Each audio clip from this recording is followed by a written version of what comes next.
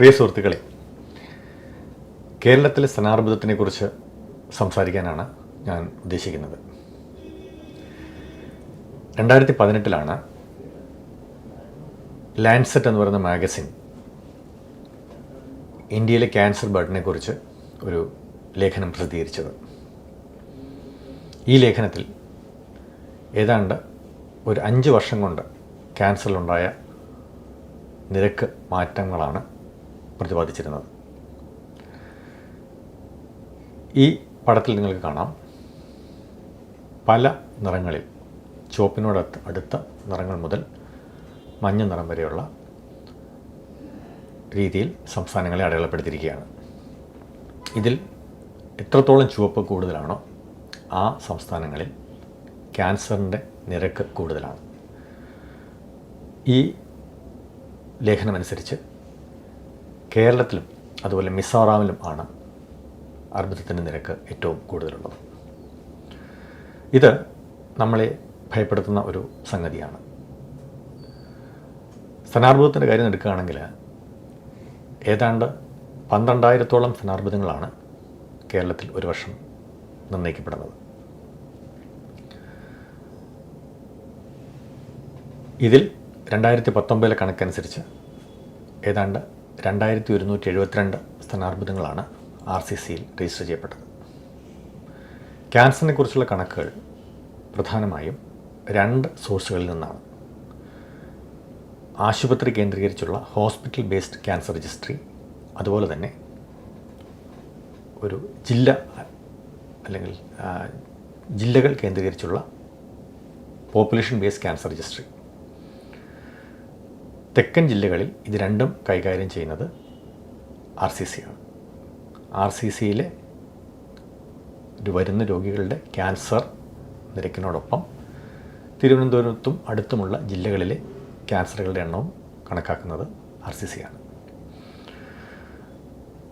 ഇത് പ്രകാരം ഏതാണ്ട് 2172 സ്തനാർബുദങ്ങളാണ് RCCയിൽ രജിസ്റ്റർ ചെയ്യപ്പെട്ടിരിക്കുന്നത്. ഇതിൽ 85% സ്റ്റേജ് 1 മുതൽ 3 വരെയുള്ളവയാണ്. ഈ സ്റ്റേജുകളുടെ പ്രത്യേകത, ഈ സ്തനാർബുദങ്ങളൊക്കെ പൂർണ്ണമായും ചികിത്സിച്ച് മാറ്റാൻ പറ്റുന്നവയാണ്. RCCയിലെ തന്നെ രോഗികളുടെ 5 വർഷത്തെ ജീവിത ദൈർഘ്യം നോക്കുകയാണെങ്കിൽ അത് സ്റ്റേജ് 1-ൽ അത് 95% കൂടുതലും, സ്റ്റേജ് 2-ൽ അത് 91% കൂടുതലും, എന്നാൽ സ്റ്റേജ് 3 ആവുന്നതോടെ 67.1%, അതായത് 3-ൽ 2 രോഗികൾ. എന്നാൽ സ്റ്റേജ് 4 ആകുമ്പോൾ അത് 4-1 രോഗികൾ ആവുന്നു. 100 പേരിൽ 26% പേര് രക്ഷപ്പെടുന്നു, 5 വർഷം ജീവിച്ചിരിക്കുന്നു. ഇതിൽ നമുക്ക് മനസ്സിലാക്കാൻ പറ്റുന്നത്, അസുഖം നേരത്തെ കണ്ടുപിടിക്കുകയാണെങ്കിൽ അത് 96%-ലധികം ആൾക്കാർക്കും അത് പൂർണ്ണമായും ചികിത്സിച്ച് മാറ്റാൻ പറ്റും. എന്തൊക്കെയാണ് സ്തനാർബുദം നേരത്തെ കണ്ടുപിടിക്കുന്നതിനുള്ള മാർഗങ്ങൾ? വളരെ ലോങ് ആയിട്ടുള്ള ഒരു ലേറ്റൻ പീരീഡ് പലപ്പോഴും സ്റ്റേജ് 1-നും 4-നും ഇടയ്ക്ക് ഉണ്ടാകാറുണ്ട്. സ്തനത്തിൽ ഒരു കട്ടിയായിട്ട് തുടങ്ങുന്ന സ്തനാർബുദം ഏതാനും ദിവസങ്ങളോ മാസങ്ങളോ വർഷങ്ങളോ കഴിഞ്ഞിട്ടാണ് അത് പതുക്കെ വളരുകയും അതിൻ്റെ ലിംഫ് നോഡ്സ് ലസികാഗ്രന്ഥികളിലേക്ക് ബാധിക്കുകയും പിന്നീട് ശരീരത്തിൻ്റെ മറ്റു ഭാഗങ്ങൾ ബാധിക്കുകയും ചെയ്യുന്നത്.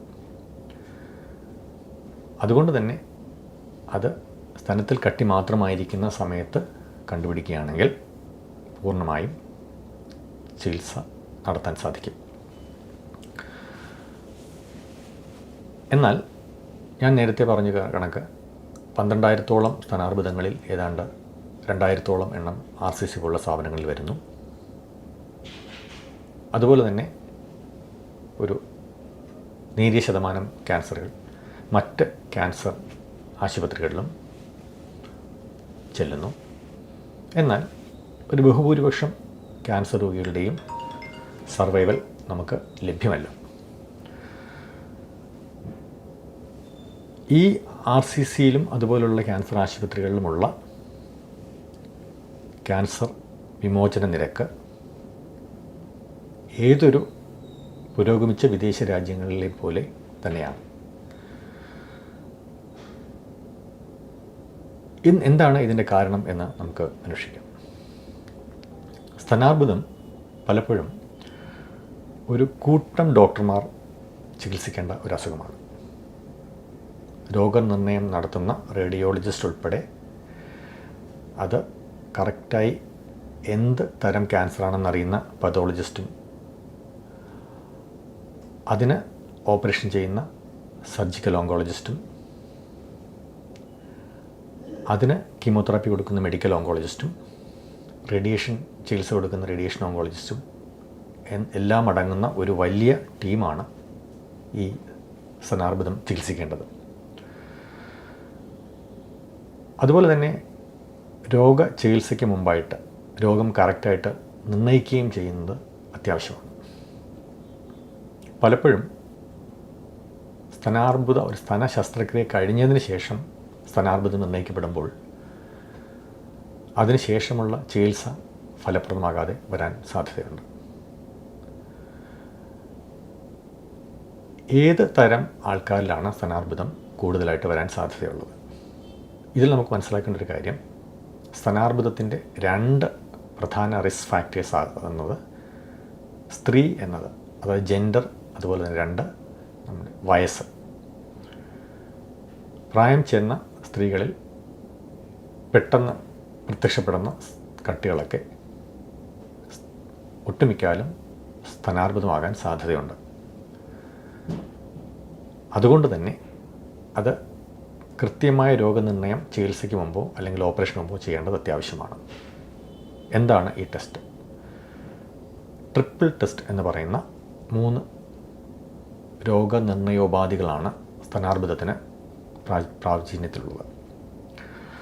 ഇതിൽ ഡോക്ടർമാരുടെ പരിശോധന, സൂചി കടത്തിയുള്ള ഫൈൻ നീഡിൽ ആസ്പിറേഷൻ സൈറ്റോളജി എന്ന പതോളജി പരിശോധന, അതുപോലെ തന്നെ മാമോഗ്രാം അല്ലെങ്കിൽ സോണോമാമോഗ്രാം എന്നുള്ള രീതിയിലുള്ള റേഡിയോളജി പരിശോധന എന്നിവ സ്തനാർബുദ നിർണയത്തിന് അത്യാവശ്യമാണ്. അതുപോലെ തന്നെ ഞാൻ നേരത്തെ സൂചിപ്പിച്ചത് കണക്ക് എപ്പോഴും ഒരു മൾട്ടി ഡിസിപ്ലിനറി ടീം ആയിരിക്കണം ഈ സ്തനാർബുദം ചികിത്സിക്കേണ്ടത്. രോഗി ആശുപത്രിയിൽ എത്തുമ്പോൾ തന്നെ ഏത് രീതിയിലാണ് ചികിത്സ മുന്നേറേണ്ടത് എന്ന് ഈ മൾട്ടി ഡിസിപ്ലിനറി ടീം നിശ്ചയിക്കേണ്ടതുണ്ട്. ഒരു പക്ഷേ ഓപ്പറേഷൻ ആയിരിക്കും ആദ്യം ചെയ്യുന്നത്, എന്നാൽ വേറെ ചില രോഗികൾക്ക് കീമോതെറാപ്പി ആയിരിക്കും ആദ്യം കൊടുക്കുന്നത്. അപ്പം ഈ രീതിയിൽ വിവിധ രോഗ ചികിത്സാ മേഖലകളുടെ ഒരു സമന്വയമാണ് മൾട്ടി ഡിസിപ്ലിനറി ടീം കൊണ്ട് ഉദ്ദേശിക്കുന്നത്.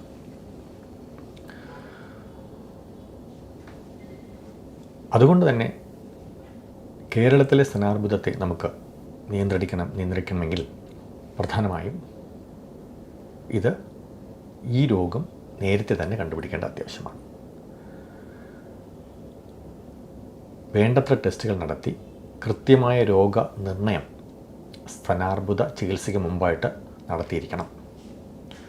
മാത്രവുമല്ല, ഒരു മൾട്ടി ഡിസിപ്ലിനറി ടീം ആയിരിക്കണം ഈ സ്തനാർബുദം ചികിത്സിക്കേണ്ടത്. ഈ സന്ദേശങ്ങളാണ് ഈ മാസത്തെ സ്തനാർബുദ അവബോധ മാസത്തിൽ സ്വസ്തി ഫൗണ്ടേഷനോടൊപ്പം ട്രിവാൻഡ്രം ഓങ്കോളജി ക്ലബ്ബും വനിതാ മാഗസിനും LNCPയും നിങ്ങളോട് പറയാൻ ഉദ്ദേശിക്കുന്നത്. സ്തനാർബുദത്തിനെതിരെയുള്ള ഈ ഒരു യുദ്ധത്തിൽ നിങ്ങളും പങ്കാളികളാവും. നമസ്കാരം.